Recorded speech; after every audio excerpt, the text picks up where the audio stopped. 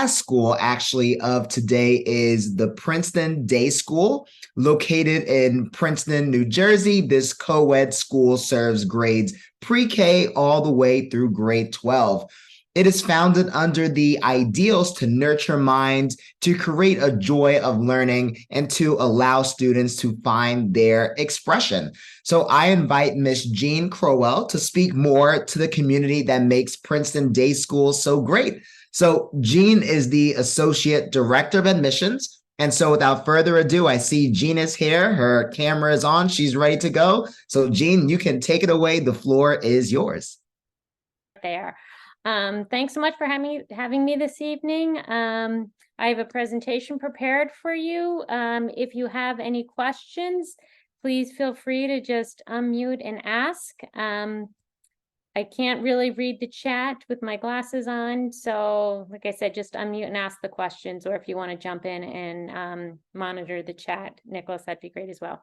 Of course. And we're not going to do questions till the very end. So you can just keep on going until you're done, and then we'll move on to some questions. Yeah, we'll have questions both from the audience, and I'll have a few as well. Terrific. All right. Okay. Now I'm going to share my screen. Oh, there we go. Can you see that? Terrific. Clear. Yep.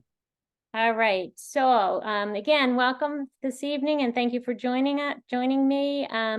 We are Princeton Day School. We are a pre-K through 12 all gender school located about 2 miles from downtown Princeton. A really beautiful location. So we're not in the center of town. We have lots of green, as you'll see on our campus, lots of trees, but an easy walk into town. We are 3 divisions. We have a lower school, middle school, and the upper school. They are very separate from each other. However, they are all connected. So it is one building that connects all 3 of the divisions. We have over 106 acres on our campus. We have ponds, we have athletic fields, we have tennis courts, buildings, we have an organic garden, an athletic center, and we really use all 106 acres. We use our outdoors as an extension of the classroom, an outdoor laboratory, as well as athletic fields and other uses as well. Up in the right-hand corner, if you come visit us, this is where you'll find me. This is our admissions and development offices are hosted in that beautiful old brick house. It has a great story to it. It was actually built in the 1700s. I'm going a little off script here, so I don't know what in terms of what I'd sent, but it was built in the 1700s in Virginia. And it was actually moved to New Jersey, and it was taken apart brick by brick and loaded on wagons or however they got here, and then reassembled and rebuilt here in New Jersey. Like it has beautiful, all the original wood moldings and things. So we are in a historic area, as well as beautiful. Who we are, as I said, we're a pre-K to 12th grade coeducational independent school. We were founded in 1965, but have a much longer history than that.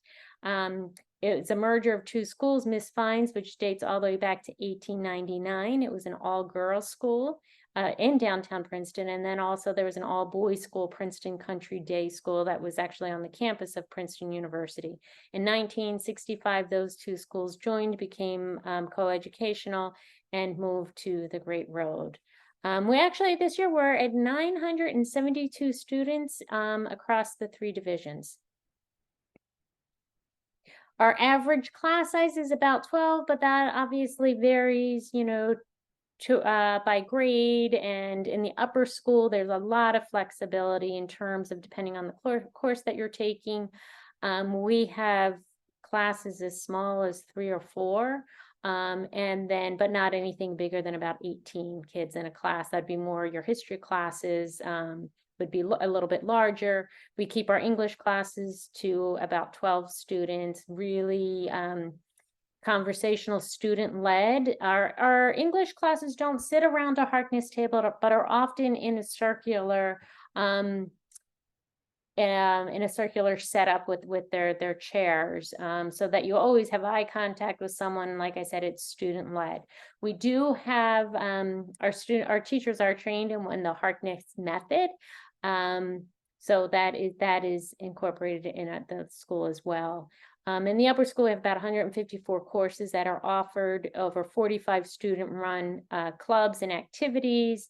45% of our 9th grade class are new to PDS, so there's a nice influx of new students because we are pre-K to 12. We have our 8th graders who move up into 9th grade, but then we do increase the class size. 79% of our faculty hold advanced degrees. 27% of students are on receive financial aid. Approximately $6 million of financial aid is awarded yearly. But again, that's across all 3 divisions. We are very sustainable. We take that seriously, and we walk the walk and talk the talk. We compost over 70 tons of carbon dioxide emissions have been diverted since we began composting in 2008. It's probably, this slide might be a little outdated, so it's probably even more than that. But we do have an organic garden. And I love one of the things about being pre-K through 12, where there are things that start in their lower school and work their way up versus everything sort of starting at the top and working its way down.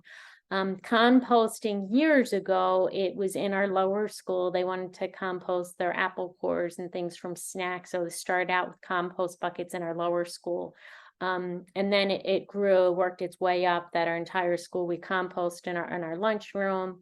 Our upper school students, their advisory groups are responsible. They take turns. They're responsible for taking the compost out to the garden. They weigh it. Our 3rd graders keep track of how much compost how many pounds we compost, and what we keep out of landfills each year. Academics, beginning in our lower school, but again, this is where it begins and just continues as it goes up. Our academics, our focus is on curiosity, and our students are really rewarded for being curious and taking educational risks. We want kids to make mistakes. We want them to know that it's okay to make mistakes. That's how you learn. In the lower school, or language arts, we have a reading and writing workshop model. Our students read every day. They have math every day. We actually switched our math curriculum just this year. I'm forgetting what the name is, but we really, when we switch a curriculum, it's really very thoughtful. And we do it with good reason. Lots of our classes, there's manipulatives that the kids, you'll go into math class and you'll see them spread out on the floor on their bellies, playing games and things, but it's very intentional with deep learning. We want kids to just not memorize things, but understand the why. Social studies, our overarching theme is communities. Beginning in our pre-K, community is your family, your classroom, and it expands out every year. That by 4th grade, we're talking about our global community. Science is very STEAM focused, it's lab based. As I said previously already, that we use the outside as a laboratory, so our students are outside for science a lot. Pre-K or kindergarten, one of their lessons that they do is on building bridges, and they have little matchbox cars that they have to get across their bridge. So they have to build a structure that can hold it. And I love it because then again, in 9th grade, our students are doing that same project, but just at a much deeper and higher level. So just being able to see that at the kindergarten level, and then again at the 9th grade level.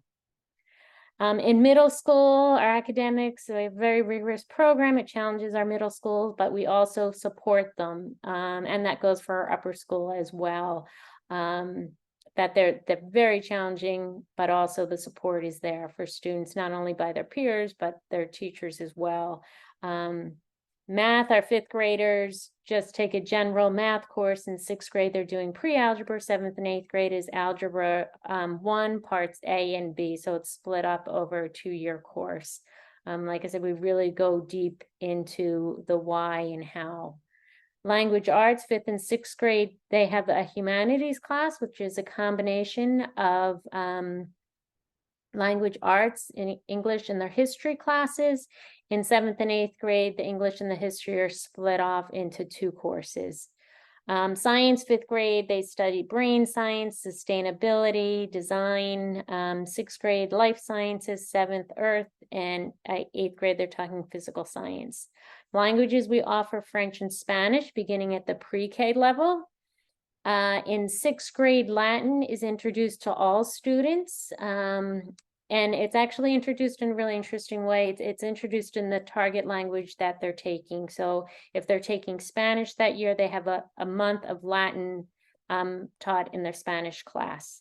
7th and 8th grade, you can opt to take Latin as your primary language, but then you drop the other language. In 9th grade, Mandarin is added to the curriculum. 9th and 10th graders, 9th and 10th grade generally have general core courses that they all have to take. There's not a lot of choice. There's some, but it's limited. Or exploring connections, developing habits of the mind. So that's what the focus really is. In 11th and 8th grade, there's a lot more elective-based classes and lots of choice. In our upper school, I'm just going to go back for this minute, they're also required to take some art classes, and they're offered as a minor class. So the first year is just sort of an introduction, a little bit of a sampling to see if you like it. We offer things such as architecture, photography, fine arts, lots of different things. If you stay with it, then it becomes a minor. It gets a little more intense and meets more frequently. Some of the special classes in our pre-K, in addition, they have PE 3 times a week. That includes squash and ice skating. So we have a big athletic center that has an ice rink as well as some squash courts. So PE, in addition to PE, the pre-K also has what's called power play that happens once a week. And the focus on that is really on their gross motor skills as well as cooperative play. Music, they have twice a session. Chess is actually part of the curriculum for pre-KK and first. We actually have a great group that comes from New York City. They come down and teach the chess program. In the lower school, again, French and Spanish are offered. Technologies once a week, but then is also incorporated into the classroom as well on pretty much on a daily basis. Technology, we really look to see how it can enhance the curriculum, that it's not a standalone, but really a useful part of our lives. Library, excuse me, they have once a week as well. They can take out as many books as they like. And garden is actually part of the curriculum in the lower school. So the students are out in the garden, planting, harvesting, just taking care of the garden.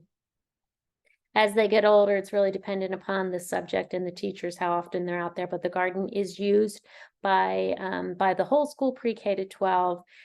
We also have a teaching kitchen that is housed in our lower school, but is used by the whole school as well.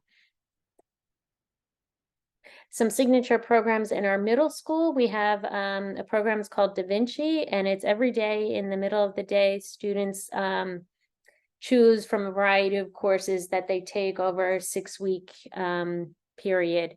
There are ungraded classes. It's just something that's of interest to them that they want to learn about. There's knitting, there's yoga. For the first time this year, I'm teaching a Da Vinci course on how to be a tour guide. Our tour guides are typically our upper school students. And this year created this program for Da Vinci, and we're going to have our middle schoolers give middle school tours. We have our first one this Friday, so we're very excited and ready for that. Another program that's unique to our middle school is Mini Week. That's up here in the corner. We do not have a rowing team, but in February, we take a break from your typical academics. And again, there's a bunch of cross-curricular trips and activities that students can choose from. Some of them are overnight trips, some of them are day trips. There's an organic farm that students can go and stay overnight, and they take care of all the animals. They do their own cooking. There's one that goes to Cape Cod. Again, that's an overnight, and they explore the endangered species and along the shore. There are some that take day trips. They stay on campus and they sort of learn about excuse me 1 minute for some They stay on campus and they learn about the different neighborhoods in the city, and then they take day trips into New York and visit the different cities. They eat food, they go to a Broadway show. And STEAM, each division has their own STEAM center, so that the middle school has its own STEAM curriculum as well. Some signature programs in our upper school. We have a program for Jacobson Music Scholars. It's for kids who are really, really intense into music learning. Often they go on to university to study in music, but beginning your junior year, you are asked to apply to the program. And then at the end, and it's pretty much you get one-on-one tutoring in your specific area. It can be voice, it can be on an instrument, it could be with dance. And at the end of both your junior and senior year, you have to give a 2-hour recital. We have lots of global and experiential learning programs that are available in the upper school. We have energy and climate scholars. We have a STEAM curriculum and also a REX program, which is research experience.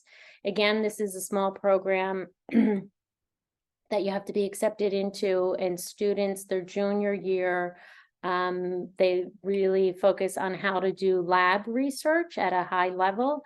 And then they choose, with the guidance of the teacher, they pick an area of interest to them. An example would be a student recently wanted to study concussions.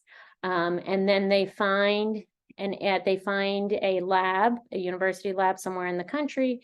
They apply to it, and then in the summer between their junior and senior year, they go off and they do research, and then their senior year they come back and they report back on the research that they did. So they're really doing like I said, high level college research in the summer between their junior and senior year.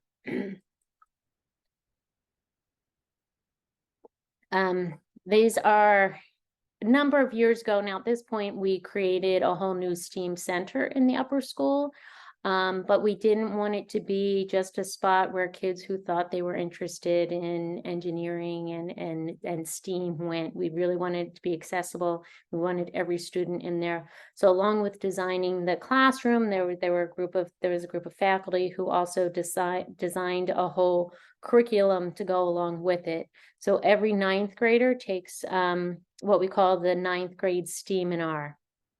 So they're there and there, and they rotate through a series of various classes throughout the year, just to give them a little sampling of the different things that you can do in STEAM. And then, as you can see from this chart, there's lots of opportunities to go a whole lot deeper in a specific area if you're interested. For example, there's an intro to engineering, then we have industrial designs. And a lot of our curriculum, it's not linear. You can move up and down and sideways, depending on your interest and your abilities. The performing arts, we have choir, band, and orchestra. You know, a lot of these begin in our lower school. The students are in choir and we have lower school orchestra. In the upper school, we have a cappella groups, we have dance troops, fall play, and winter musical. We have that in our middle school as well. We have a fall play and an 8th grade musical. Students can join tech crew, chamber music, and there's actually, this is just a little sampling. There's lots of other ways to get involved as well. The visual arts, this is in our upper school. As I said, students are required to take 2 art electives. The first year is a minor, where it's really a sampling and discovering, you know, if you enjoy it, and then you can take it deeper. We have architecture. We're actually one of the only schools in the entire country in the US that offers a 4-year architecture program at the high school level. We actually have some architecture programs even in our middle school as well. In 6th grade, every student takes a drafting course, and then there are some electives. We have a film and media room, a photography lab. They do work in both digital and print, furniture design, ceramics, painting, and drawing. Some of the shared spaces, which is a real benefit of being a pre-K to 12, that these spaces are accessible to our younger students as well. So these kids have the experience to be in these spaces that you typically wouldn't find in a small elementary school. We have a theater that seats about 400 students. We have an art gallery with beautiful arts wing that has wood shop, which our fourth graders take, ceramics, photography, and architecture all housed there. Athletics begin in 6th grade. In 5th grade, all students are still required to take PE, and in our lower school, students take PE. 6th grade team sports begin. So if you're playing on a team sports, our PE period is at the end of the day. And if you're playing on a sports team, you can go off and start the practice. Otherwise, you go to PE. There are 15 different sports available, 36 teams. We pride ourselves on being no cut. We have a no cut policy. So if a student wants to try a sport for the very first time, having never played before, they're guaranteed a spot on a team. Most of our teams have at least 2 levels. So if you've never played before, there's more developmental team. And for more advanced players, there's a varsity team. 60% of our students in our upper school play at least one sport during the school year. In our middle school, just about all of our students, I think we're up near 90% of the students are participating in sports. Here are some photos of some of our fields. We have tennis courts. We have 2 turf fields on campus. We have baseball diamonds. We have both a high ropes and a low ropes course. Our athletic center, as I mentioned before, we have 4 squash courts. We have a field house that has 2 full-size basketball courts. It has an exercise track, and then we have an ice rink as well. Again, when we were building this building, it's sustainable, it's LEED certified. There are solar panels on the roof. We're getting new ice, and the new equipment, the heat that it generates is being reused. So whenever we're building additions or anything, we do think how we can be most sustainable. Student life, we're a great community. Again, beginning in pre-K. Last weekend, we had a fall weekend. There was a fun run for our younger students. Lots of varsity sports were playing on campus. There were cookouts. We're very focused on diversity, equity, and inclusion. We have advisory and class deans, so part of the student life. You don't have a homeroom in the morning. Instead, you're assigned an advisor and group of maybe 8 to 10 students. They're mixed across the grade levels. So you could have your advisory group would have, freshmen in it as well as seniors. There's class deans for each of the grade levels that work very closely with the students. There's a ton of clubs and activities that students can participate in. If there's a club that you want that we don't have, students can find an advisor and they can start a new club. We have peer group. Seniors are, again, this is something that you apply to be a peer group leader. And there's actually a class component that goes along with it. And so our peer groups are trained. And then they work with our freshmen. So there's a triangle of leaders, 3 leaders that work with a group of about 10 kids each. So, and do activities with them throughout the year. Service learning is part of our program as well, beginning in pre-K all the way through. In the upper school, you're required to put in at least 50 hours of service learning over your 4 years.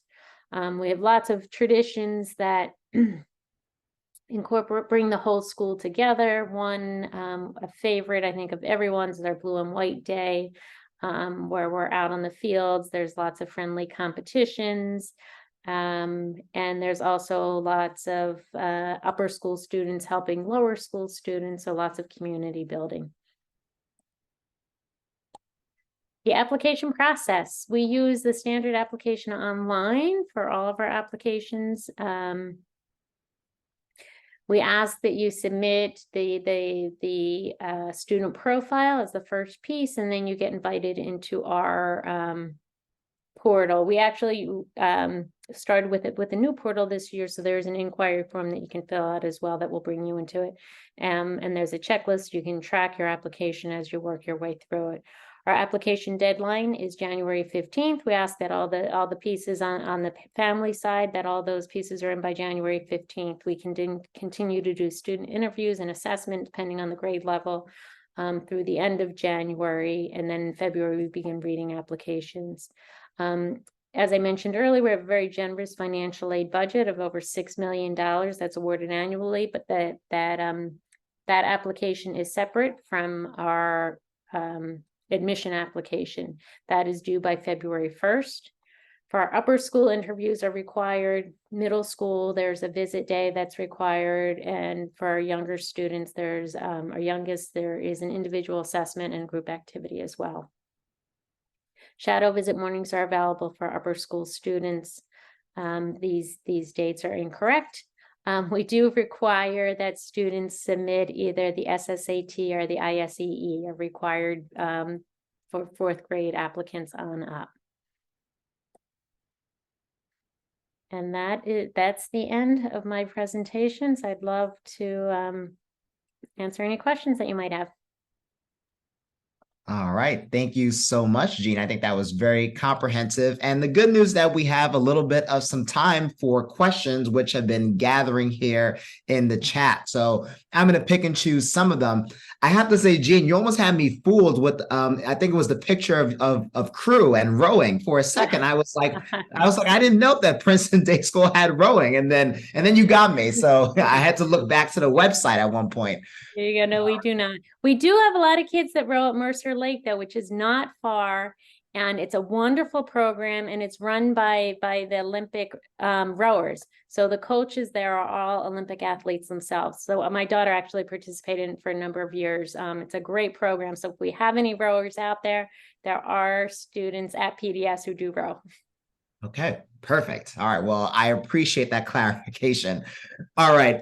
So Jean, I know that we talked a lot about STEAM, sustainability, and the sciences today. I think it was really all over your presentation, which I know I really liked. I saw there was a question in here, whether or not your school would say you identify as more of a STEM school, or do you just identify as a liberal arts institution? If you can just clarify for everyone out there. Yep, absolutely. I'd say liberal arts institution, where I think we're really strong in our math and sciences, but we're equally strong in our humanities, as well as our athletics and areas of music. So we are definitely, I wouldn't say that's our top strength, that we are a math and science school. Perfect. However, though, still with a strong STEAM and STEM program, this was another question in the chat. Do you have any nearby partnerships? Are you affiliated with any colleges or universities in terms of using their facilities and maybe resources, even to take advanced classes or offerings for some of your students? Yep, absolutely. So most of that stuff happens on campus, but we have a great relationship with Princeton University right down the road. We have in our middle school, we have a Girls Who Code program, and that is run by some Princeton University students. Our REX program, which I alluded to for a little bit there, research, kids can do research at all sorts of universities. We have kids that have gone out to Stanford, that have gone been here in New York City. They really can go all over to do those courses. Down at Duke, kids have studied. So we do have a really strong STEAM program. And in that, we do also, as I mentioned too, we have every ninth grader has to take the STEAM and R. So they do have an introduction and they get a sampling, and lots of kids who may have thought they were more of a humanities kind of kid realize that STEAM is really interesting too. And then they find a love in that area as well. Perfect. All right. And it's funny, as soon as you started talking about universities, someone asked, are you affiliated with Princeton? And you answered it right on the spot. So excellent, excellent timing. Yep, so we just like to add to that. So we don't have an affiliation with, but we certainly have a nice relationship with Princeton University. And I think you had asked this as part of your previous question. Students who exhaust an area of our curriculum, which is really hard to do, but if you've taken our highest courses in a particular area, they can take classes at Princeton University. That's an option. It's not the majority, but we do have a few students each year that take advantage of that. But as I said, we have a lot of courses. We have a lot of challenging courses, and you have to exhaust all of them in an area. But we do have kids who have gone and taking language classes at Princeton, science classes, math classes, you name it. Excellent. All right. So in your experience, Jean, and of course, you already understand the saturated nature of, I would say all the independent and private schools in the New York and the New Jersey area. In your humble opinion, what would you say really distinguishes Princeton Day School from some of the other schools in that general landscape? Right. So we are, just leaving New York out of it because they're far enough away. We actually see a lot of applicants when they're ready to move out of the city, to come to Princeton or that area. So we sort of benefit from being close to New York City, but we don't really compete with them. However, we are in an area that I often say you could throw a stone in almost any direction and hit another independent school. What distinguishes us, we are one of the things, the only pre-K to 12 co-ed school. So once you start at PDS, you can stay all the way through. You never have to make a change. And we're the only school like that in our area. There are some that are, an all-girls school or only go up to 6th grade or 9th or 8th grade, and you have to make a change at various different points. Lots that are only upper school beginning in 9th grade. In addition to that, we are, and I think you really have to go and experience each school for themselves, but our community certainly has its own vibe. And I like that we're a day school that kids can go home and have dinner with their parents at night. And so I think there are a few of the things that set us apart in our area in particular. Perfect. And I'm actually happy that you mentioned sort of that continual journey. I have to say that's one of my favorite parts about schools, when you know that, listen, if I'm getting in pre-K and I can go all the way through grade 12, my journey is complete and I don't have to really worry about anything as long as I am happy in my school. So I definitely do appreciate that as well.